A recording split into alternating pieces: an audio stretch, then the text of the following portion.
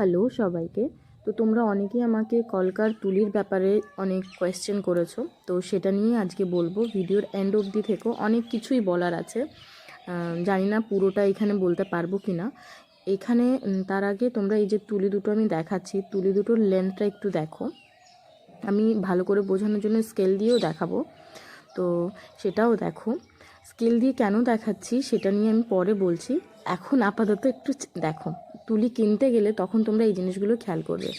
এই তুলিটা দেখো 1/2 সেন্টিমিটার, আর এই তুলিটা 1 সেন্টিমিটার, ঠিক আছে? এবার বলি আমি কেন এই 1/2 সেন্টিমিটার 1 সেন্টিমিটার ব্যাপারটা নিয়ে বলছি। যখন আমরা তুলি দিয়ে কলকা করি, দেখো আমি নখ দিয়ে দেখাচ্ছি, ওই উপরে যে ব্রাউন শেডটুকু না, আমরা টিপ দিয়ে কাজ করি, তো এই মাঝখানে একটা গ্যাপ থাকে। সেমভাবে এই ছোটো তুলিতে যখন করব, ওই গ্যাপটা কিন্তু তুলনামূলক কম হবে। তো সেক্ষেত্রে কি হয়, আমরা যখন কপালে করব আমাদের ব্যালেন্স রাখতে সুবিধা হবে। যত ওই তুলিটা বেশি গ্যাপ থাকবে তত আমাদের ব্যালেন্স করতে একটু টাফ হয়ে যায়, আর যত ওই তুলিটায় মানে গ্যাপটা কম থাকবে তত আমাদের ব্যালেন্স করতে সুবিধা হবে। আমি জানি না তোমাদেরকে আমি বোঝাতে পারছি কি না, কিন্তু তোমরা ট্রাই করে দেখো বাড়িতে, তো বুঝতে পারবে আমি আসলে কি বলতে চাইছি। আর যেহেতু আমি সবসময় তোমাদেরকে বলি কলকা করার সময় তুলিটাকে স্ট্রেট রাখবে, তুলিটা যেন একদম তোমার টিপ দিয়ে কাজ করো, তাহলেই সূক্ষ্ম হবে। তো সেক্ষেত্রে তুলিটাকে যদি স্ট্রেট রাখো আর তুলিটার টিপ দিয়ে যদি কাজটা করো, তাহলে ওই যে মাঝখানের গ্যাপটা ওটা যখনই একটু বেশি হবে, তো যারা স্টার্ট করছো কাজ, আমি তাদের ক্ষেত্রে বলছি, আমি যারা প্রফেশনাল এই বিষয়ে বা অনেক দিন ধরে এই তুলির সঙ্গে কাজ করে অভ্যস্ত, আমি তাদের জন্য বলছি না, কিন্তু আমি একদম ফ্রেশার্সদের কথা বলছি, যারা তুলির সঙ্গে অতটা কমফর্ট না বা তুলি নিয়ে অতটা কাজ করনি, তাদের ক্ষেত্রে আমি বলছি। আর তার থেকে বড় কথা, খাতায় করা একরকম আর একটা মানুষের কপালে কলকা করা একরকম। তো খাতায় হয়তো ব্যালেন্স করাটা যতটা সহজ হয়, কারোর কপালে করা কিন্তু ততটা সহজ নয় কিন্তু। তো সেই ক্ষেত্রে আমার মনে হয় এই গ্যাপিং ব্যাপারটা খুবই ম্যাটার করে।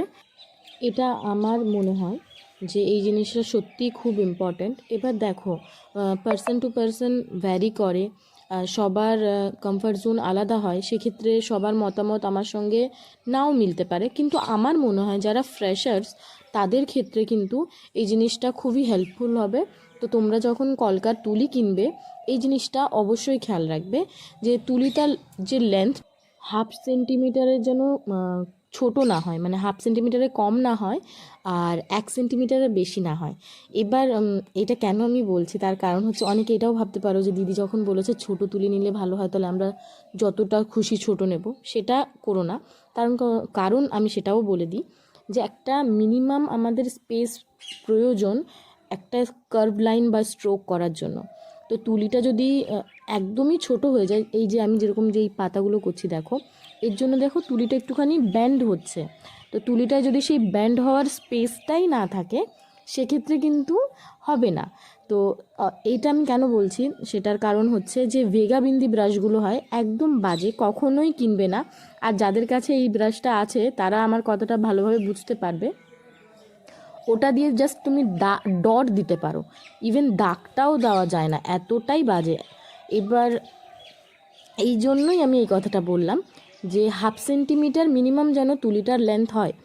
আর 1 সেন্টিমিটারের বেশি দেখো, তোমার যদি কমফর্ট জোন থাকে অবশ্যই ইউজ করো, কিন্তু যারা স্টার্টিং করছো বা একদম নতুন তুলির সঙ্গে, তাদের ক্ষেত্রে আমি বলবো যে অবশ্যই চেষ্টা করবে 1/2 থেকে 1 সেন্টিমিটারের মধ্যে তুলিটার লেন্থ রাখার, তাহলে তোমাদের ব্যালেন্স রাখাটা অনেকটা সুবিধা হবে। আশা করি আমি তোমাদেরকে বোঝাতে পেরেছি। যদি এর পরেও তোমাদের কোনো কনফিউশন থেকে থাকে, অবশ্যই আমাকে কমেন্ট বক্সে জানিও।